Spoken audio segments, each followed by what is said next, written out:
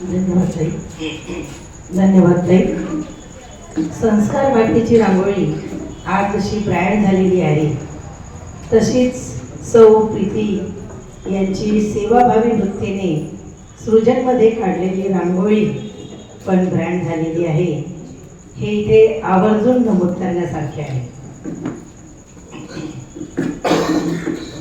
आता आशीर्वादीय 2 शब्द बोलण्यासाठी मी श्री किशोर सांबरे यांना आमंत्रित करते. श्री किशोर सांबरे.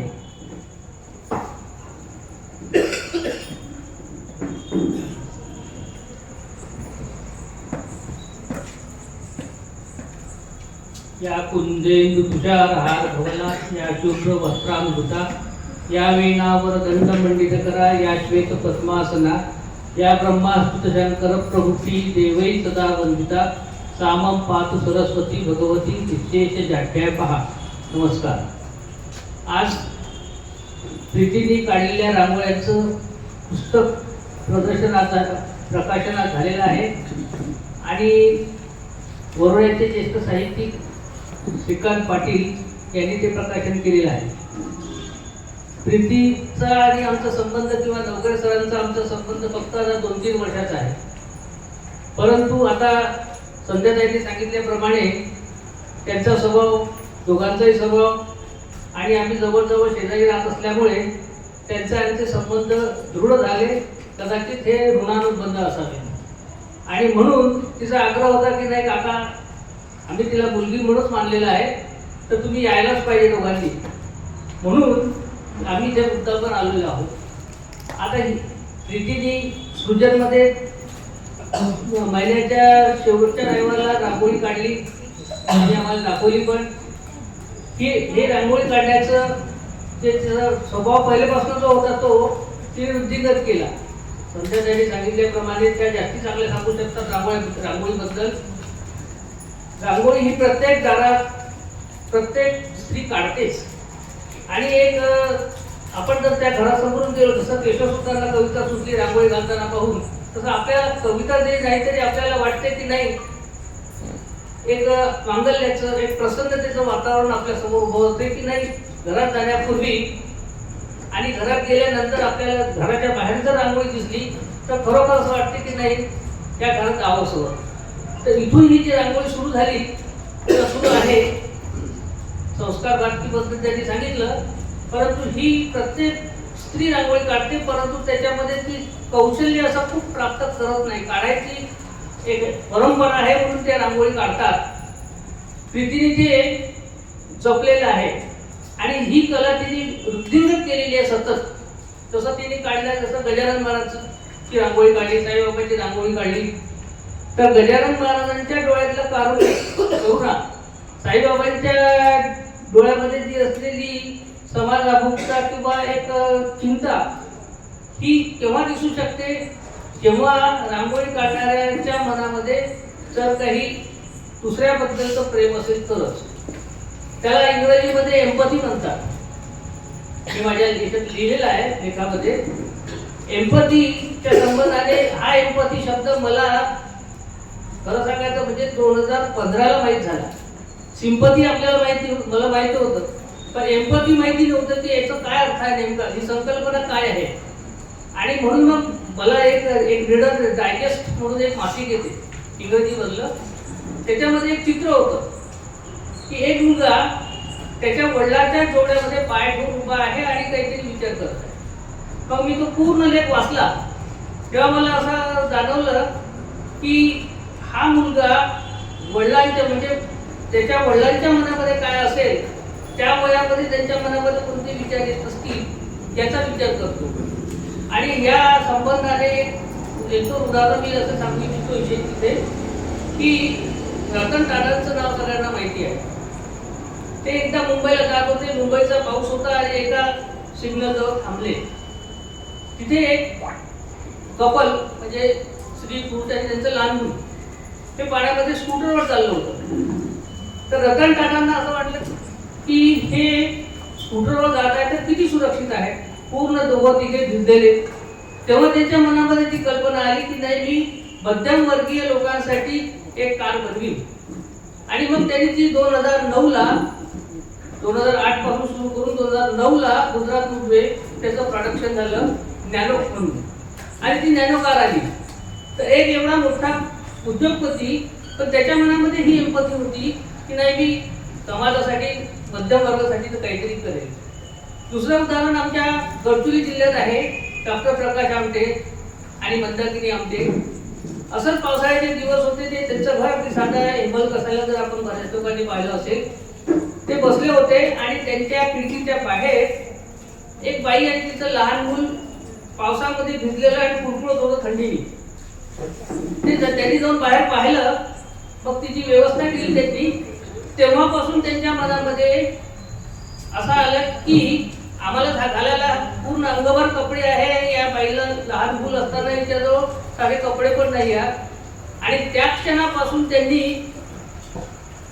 फक्त हाफपॅन्ट आणि बनियन घालतात, ते बाकी कपडे घालत नाही कुठेही. कुणी कितीही वाईटचा भाऊ झाला तरी फक्त बाहेरगावी जाताना पजामा शर्ट साधे घालतात. तिसरं एक उदाहरण देतो मी कवी ग्रेसचं.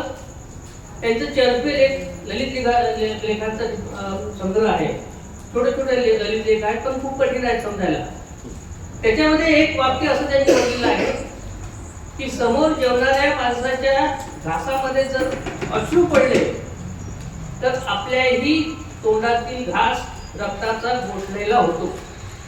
ही संवेदना, ही एक प्रकारची आवेग, म्हणजे दुसऱ्याच्या मनातील समजून घेण्याची भावना ज्याला समजते त्याला आपण एम्पॅथी म्हणतो. तर ही एम्पॅथी असं ज्याच्या मनामध्ये आहे तेच असं गजानन महाराजच्या डोळ्यातलं कारुण्य दाखवू शकतात, साईबाबाच्या चेहऱ्यावरच्या मुद्रा दाखवू शकतात.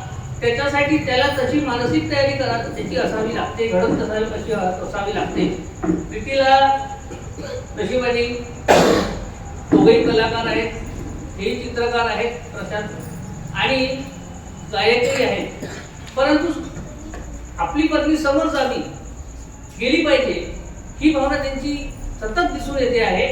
त्याचा तुम्ही जर जुना अभिमान सिनेमा पाहिला असेल, त्याच्यामध्ये जर आठवत असेल, तर आपली बायको आपल्यापेक्षा जर चांगली जाते, ते पाहिल्यानंतर अमिताभ बच्चनला काय वाटते हे तुम्ही एकदा पुन्हा अभिमान सिनेमा बघून घ्या, म्हणजे समजते की आपली पत्नी आपल्या समोर गेली ना, जायला नको अशी भावना पुरुष असेल तरी मी असं म्हणत आहे. परंतु ही भावना यांची नाही आहे. आणि म्हणून जसं आपण म्हणतो ना की पुरुषाच्या मागे यशस्वी पुरुषाच्या मागे स्त्री असते, तसं यशस्वी स्त्रीच्या मागे पुरुष आहे, आणि म्हणून हे सगळं होऊ शकते. तर हा प्रीतीने जे हे पाऊल उचललेलं आहे, ती स्टोन पेंटिंग करते. आमच्याकडे आमच्या नातवानी पुष्कळ दगड घेऊन ठेवले, जमा केले आहेत. असे आली की तिथले दगड पाच बसते घेऊन जाते. तर त्या स्टोन मी तिला सांगितलं की त्याला 1-2 पेंटिंग करून दे तू नातवाला, नंतर तो तुला आमचे दगड घेऊ देणार नाही. तर तिने त्याला एक त्याच्या समाजासाठी 1-2 दगड दिले आहेत पेंटिंग करून. तर हे स्टोन पेंटिंग आहे, पर्स शिवणे आहे, एक आफ्रिकन कन्सेप्ट आहे मोजो नावाची, आणि आता अमेरिकेमध्ये ती रूढ झालेली आहे. तुला माहित असेल आकाशला, कारण हा खूप फिरत असतो ना देशमध्ये. तर मोजो याचा अर्थ असा की एक प्रकारची जादू किंवा किमया. आणि आता अमेरिकेमध्ये किंवा आता भारतामध्ये प्रत्येक क्षेत्रात असं आहे की आपण याच्यामध्ये आणखी कोणती जादू करू शकतो, कोणती किमया करू शकतो, कोणतं स्किल दाखवू शकतो जास्तीत जास्ती. आता सध्या टॅलेंटपेक्षा स्किलला महत्व आलेलं आहे. पुढे याच्या पुढे पुढचा जो आता काळ येणार आहे त्यामध्ये जसं IQ-ला जास्ती महत्व नाही राहणार आहे, EQ-ला महत्व जास्ती आलं, SQ-ला महत्व जास्ती आलं, इमोशनल क्वेश्चन, स्पिरिच्युअल क्वेश्चन्स. तर हे इमोशनल क्वेश्चन आता IT क्षेत्रामध्ये आलेलं आहे. तर हे जो जास्ती स्किल प्रदर्शित करेल आपला, त्याला अधिक जास्ती प्राधान्य मिळेल. दुसरा, एक जपानी संस्कृतीमध्ये अशी एक संकल्पना आहे इकिगाईची. ते आता बहुतेक लोकांना माहिती आहे की इकी म्हणजे जीवन आणि गाई म्हणजे मूल्य, व्हॅल्यू ज्याला आपण म्हणतो. तर आपल्याला आपल्या जीवनामध्ये अशी काहीतरी इकिगाई प्रत्येकाला शोधायची आहे, कारण देवाने पर्सनॅलिटी नाही केलेली आहे. देवाने सगळ्याला बुद्धी दिलेली आहे, त्या बुद्धीचं डेव्हलपमेंट कसं करायचं. 64 कला आहे, त्यापैकी कोणती तरी कला आपण शिका. त्याच्यामध्ये तुम्ही पाककलेपासून तर सर्वच कला आल्या. त्याला ज्या क्षेत्रामध्ये काहीतरी आवड आहे ती आवड त्यांनी विकसित केली पाहिजे. तर त्या ठिकाणी इकिगाईमध्ये जपानी लोकांमध्ये एक ओकिनावा म्हणून बेट आहे. तिथले लोक 100, 125, 150 वर्ष त्यांनी सांगितलं की आम्ही आजचा विचार करतो, भूतकाळाचाही करत नाही, भविष्यकाळाचाही करत नाही. आणि सगळं आम्ही हे होणारच. आपण असं म्हणतो ना, जे लॉ ऑफ अट्रॅक्शन आहे की आपण जसा विचार करू तसं घडत जाते. तसं आपण स्वतः तसा विचार करत राहिलो की जसा काही प्रीतीने विचार केला की नाही मला रांगोळी काढायचीच आहे, मी त्याच्यासाठी मेहनत घेणार, 4-4 तास इथे उदाहरण करणार आहे. हे काही इतकं सोपं काम नाही आहे. आणि आता मी माझ्या बहिणीला सांगितलं, तिने विचारलं की त्या एकट्या काढतात का. मी म्हटलं हो, एकटी काढते. तर आणि कशा प्रकारची रांगोळी काढायची, कसं तिथं एकाग्रता करायची हे संध्याताईंनी सांगितलेलं आहे रांगोळीबद्दल. तर हे सगळं व्हायला पाहिजे. जर आपणही जर असा प्रयत्न केला, काही आपल्यामध्ये असलेली स्किल कौशल्य जर डेव्हलप करायचं तर आपणही करू शकतो. आणि जपानीमध्ये ज्या संस्कृतीमधला मला एक भाग खूप आवडला की तिथले लोक असा एक विचार करतात की जो माणूस नवीन काही शिकण्याची इच्छा ठेवत नाही तोच म्हातारा होतो. म्हणून आपण काहीतरी शिकलं पाहिजे. जर असा आपण विचार केला की मी आज रात्री झोपण्यापूर्वी की मी आज दिवसभरात काय शिकलो, काय वाचलं नवीन, काय घेतलं. काल मी एक वाक्य वाचलं, व्हॉट्सअपवर वाचलं की ते त्यांनी छान एकाच वाक्यामध्ये इतकं त्यांनी अर्थ सांगितलेला आहे की मेरे सुख में मैंने कुछ लोगों को बुलाया था, वो मेरे अपने थे.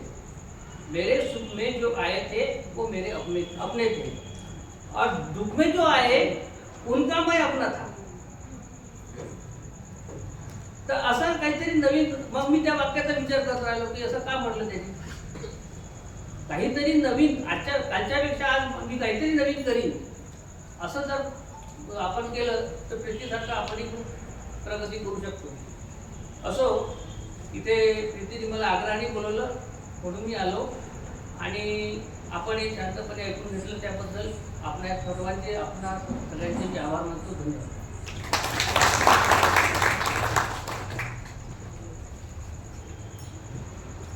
धन्यवाद.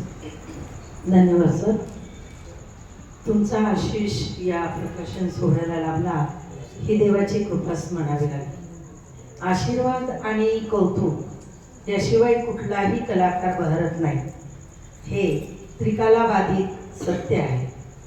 आपला आशीर्वाद पुस्तकातही आहे, ही फार आनंदाची बाब आहे.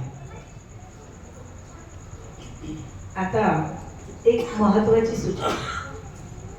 चित्रांगण हे रंगीत रांगोळ्यांचे पुस्तक 299 रुपयांचे आहे, पण ते आज फक्त 200 रुपयांना उपलब्ध आहे. सौ प्रीती यांचे कृतिशील कौतुक करण्यासाठी आपण ते जरूर घ्यावे अशी नम्र विनंती आहे.